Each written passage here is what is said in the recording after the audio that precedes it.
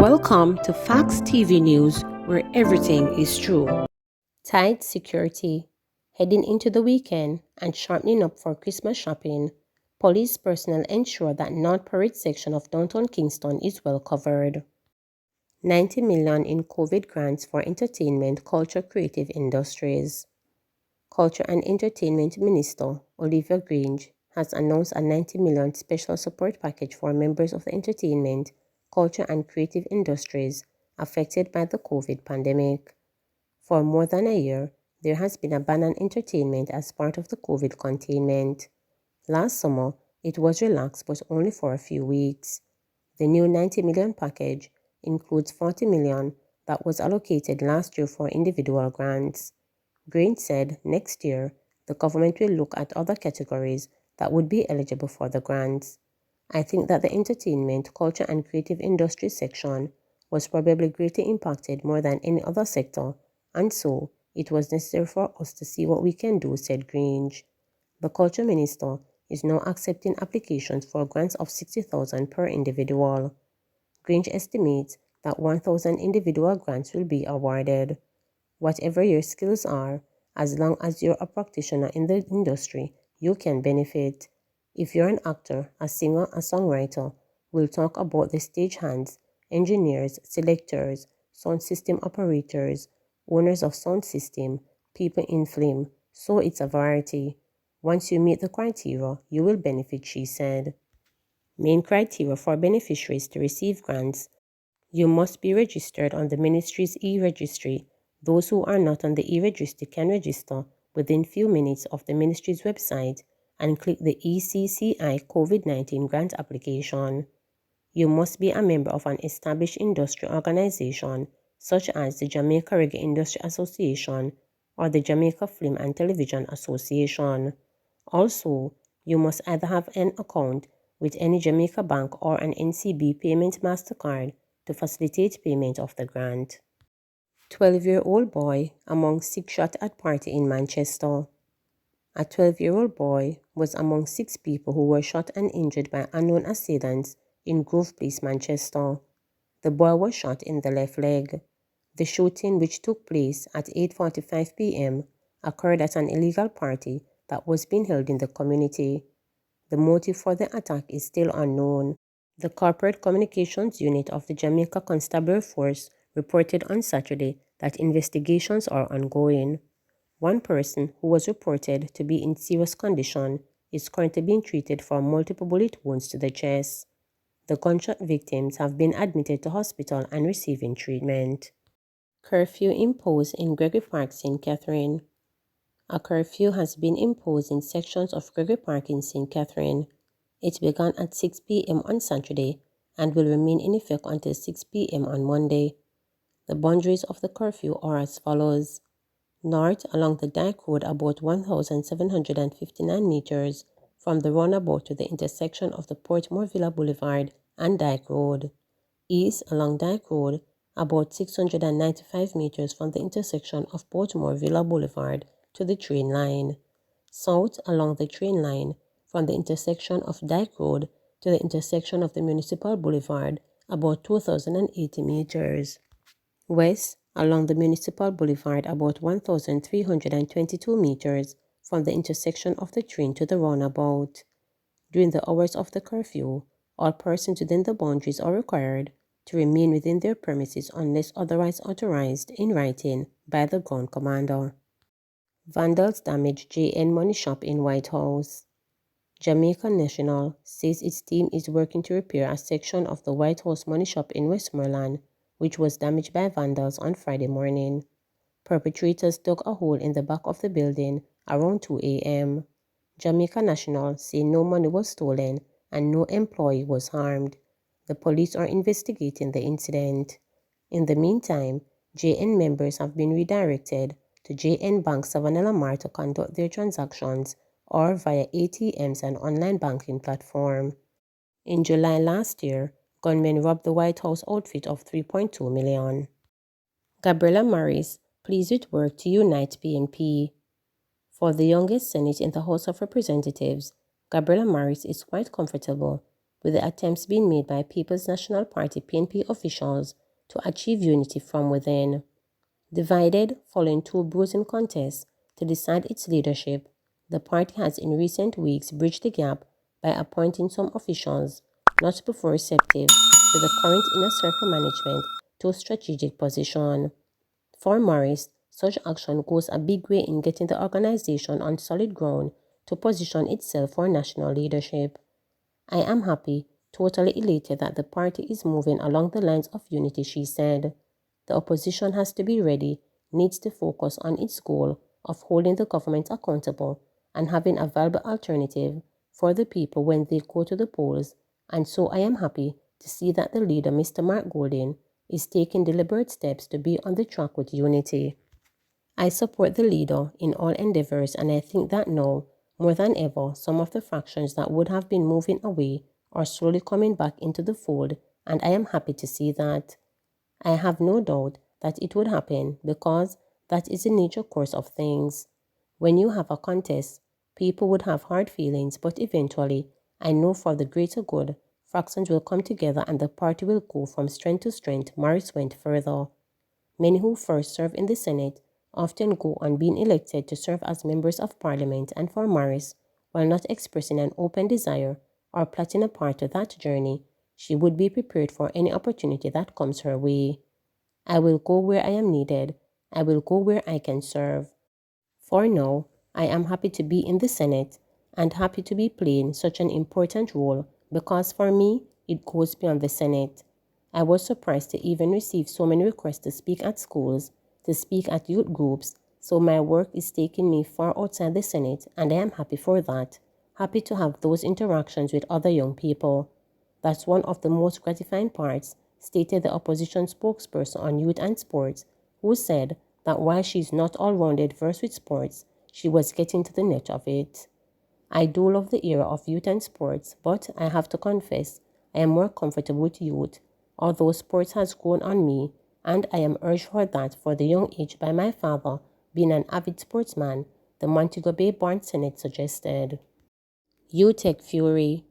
100 students who in 2017 successfully bagged the Ministry of Education, University of Technology Jamaica, annual full tuition technician and vocational educational scholarships are now furious at the university for holding on to their degrees because of the ministry's failure to pay over outstanding fees. According to the students, through a representative, the situation is the final straw in what have been a very difficult 4-year relationship during which fees were always late, imperiled their ability to register and select their courses. Now they say the excitement felt at the start of the arrangement has worn, causing them to want to leave the island in search of better opportunities like some of their colleagues have done. We were all excited about it. The requirement was that we maintain a GPA of 3.0 or over to keep the scholarship. All we needed to do was to keep our grades up and complete the 4 years. Once we completed, we were obligated to teach or work in the country based on the scale of the amount of money that would have been invested in us, one student stated. For me, because I chose to go on dorm, I would have had to work as a teacher for 5 years. I started working this year, having completed the degree. However, throughout the 4 years of being students at UTech, we found that there was a lot of discrepancies with the payments of tuition the students added. The student further alleged that during the period, tuition fees and books grants, which were part of the arrangement, would often be released at the end of the semester instead of at the beginning when the material was needed for their studies. Every semester, when you're supposed to enroll or start a new set of courses, the payments would have been late on the part of the ministry. So, we were given a conditional allowance to select our courses because they knew that the ministry would eventually pay. Whilst we understood that the scholarship covered tuition and dorm expenses, we had to find money to cover food and other things. The $50,000 for a book came very late. A lot of times we got it when school was about to close. There was always a backlog.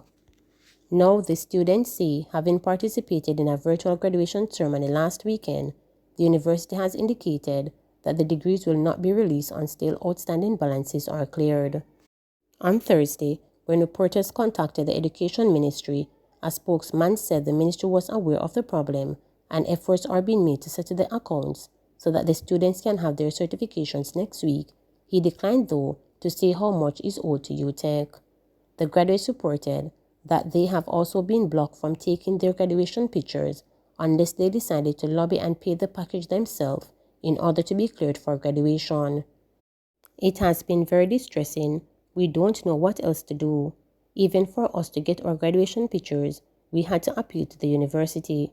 One of the reasons we were allowed to get the pictures is because we had to pay $12,000 for the package one student complained. In general, in order for us to get our pictures, there would have to be a zero balance on our account. We paid up the $12,000 we lobbied, we fought, and we were able to get our pictures. We thought it was our last fight, the frustrated graduate stated. The educators who, based on arrangements, have been banned for between 3 to 5 years, said their fears of not receiving the documentation in good time were not unfolded as the batch began their experience the same difficulties.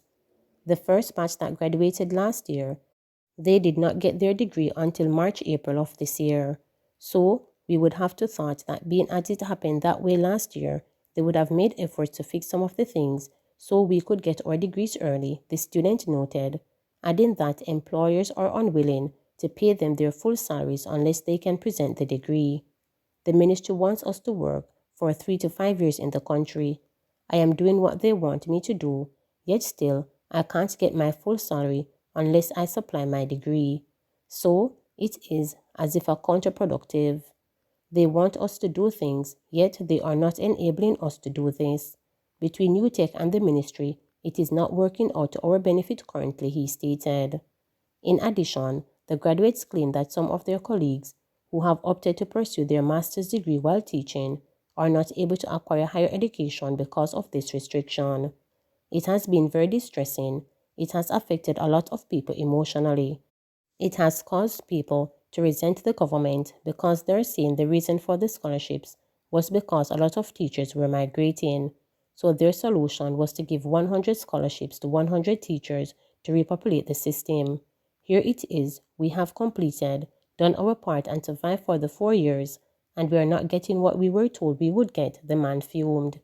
We are very furious. One student went to UTech today, and the person was able to collect that degree, and others went there and were told we are not allowed because there are outstanding balances on our account, which is preposterous.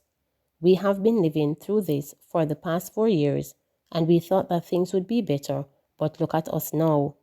What it is even more distressing is that all the news that have come out about money missing from the ministry, it is causing greater distress. Teachers are already not being paid enough. It's a lot for us young educators to process because it is adding to the desire for us to just leave the country, the graduate further stated. Steady decline in births since 2010. Since 2010, Jamaica has been experiencing a steady decline in birth record from the Statistical Institute of Jamaica Statin have revealed. The data reflects that annual births went from 42,372 in 2010 to 34,637 in 2019. In the 10-year period, only 2 years record a very slight uptick, 900 in 2015 and 426 in 2019. In addition, the numbers trended downward for 5 consecutive years between 2010 and 2014 at 12.7% decrease. Psychologist Dr. Sima J. reported that the greatest factor impacting childbirth is the increase of women's economic and educational status. Their careers become more critical, they are spending a longer time in school, and the focus of just having children is lessened. As women's educational level and professional achievements increase, the desire and the need for having larger families or having more children reduces, and that has been going on for a long time, he said. The psychologist further stated that research conducted by him and the National Family Planning Board in the 1980s and 1990s showed that, even in Jamaica, girls who have something to defend, meaning that they were in training programs, they were employed, they have expectations of going further ahead in school, had a greater use of contraceptives. But in 2018, the board's executive director, Lovett Byfield, said not enough women were making use of the contraceptive methods. Byfield credited low negotiation skills, unwillingness of the partner, and low contraceptive knowledge plagued by various myths for the low usage. Alison Drayton, director and representative of the United Nations Population, stated that the declined fertility level was an emerging trend in many regions of the world.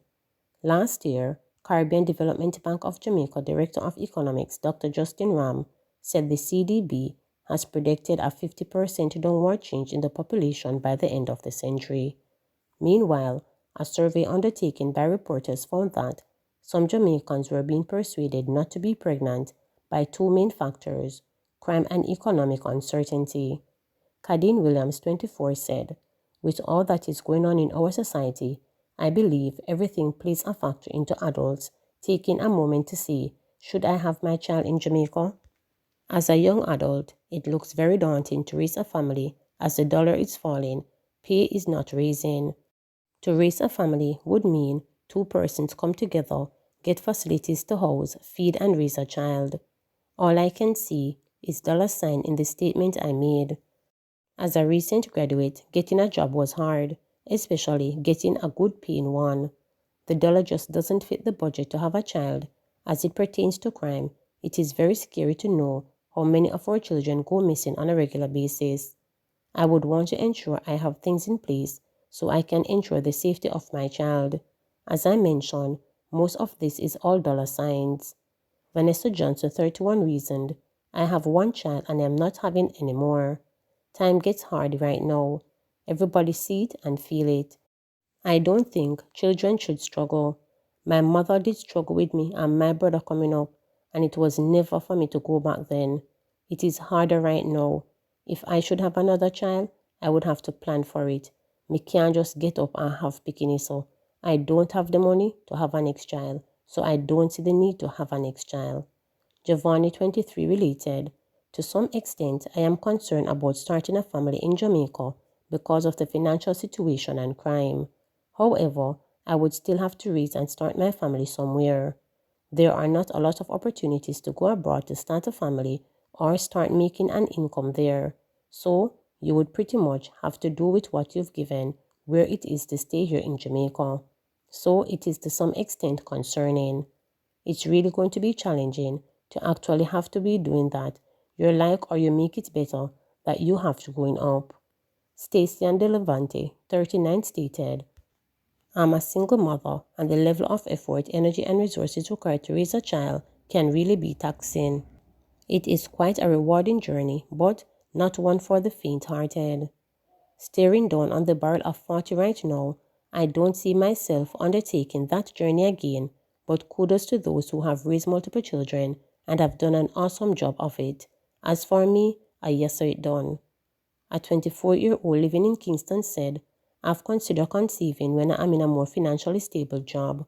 To be frank, I'm hardly surviving as it is, so it would be unreasonable to trouble fire.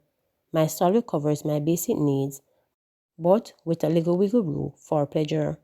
Mom always say it's not what you make, it's how much you save, and it resonates. I ensure that I have 2 insurances, investments and savings with 2 organizations. Those are all deducted. Furthermore, the crime rate continues to peak. I get that nowhere is safe, but Jamaica is not in it right now. I am beyond dissatisfied with my current job. It was the job first I landed after completing my bachelor's degree, and for that I am grateful. However, I believe that my degree has been put up to use. I have applied for several jobs within my field, but who knew that it would have been so difficult to land a dream job? I didn't for sure." Shanique Henry, 27, stress, "My heart pain me. Just this week, a 3-year-old child was hit by a bullet in the head. No, this child don't even know how bullet look. This child can't spell bullet, but the child was hit by the bullet. It could never be economic reasons why you would want to have a child. It's definitely the crime." 2 weeks ago, a 6-year-old girl who has a birthday this month lost her life. Many see the economic problem that exists, but in all essence, 2 persons make a child. And if the father run gone, you still have to brace yourself and say, all right, make me call Auntie Jean. Economic crisis is also of concern. Henry added, if it have been 7 dumpling in the pot, me and the 2 picking them I go eat the 7 dumpling. But what we are go do about crime? What we are go do about Mass Joe decide say if him a go raise up him big rifle and shoot over me head and make one of the bullet them catch me pickini? We can't do anything about it. If we rattle out a crime, enough pickini can ban. Hungry nah kill my child, but a bullet will. Starvation nah kill my pickini. As poor as the country is, a bullet them a kill people with. Citing the responses collected in the survey, Dr. CG stated that likely of the trending of avoiding pregnancy continuing is high, especially because of the financial impact of the COVID-19 on the economy. Other countries have experienced a similar decline in birth rate, more notable, developed countries. It continued last year and it should continue this year also. COVID put some more pressure on families and some people have gotten it harder than some, he said. Please remember to subscribe, like, share, and click the notification bell for daily updates.